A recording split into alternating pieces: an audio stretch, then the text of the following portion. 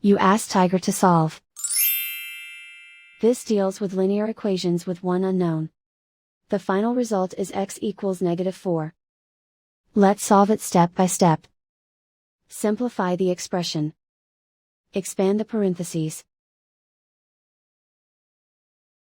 Group like terms. Simplify the arithmetic. Group all x terms on the left side of the equation. Add 3x to both sides. Group like terms.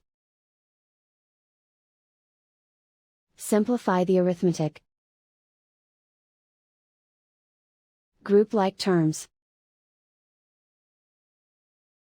Simplify the arithmetic.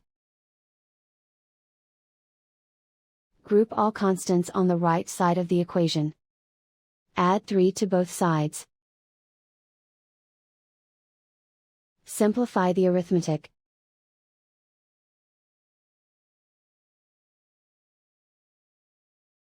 Isolate the x. Divide both sides by -4. Cancel out the negatives. Simplify the fraction. Move the negative sign from the denominator to the numerator. Find the greatest common factor of the numerator and denominator.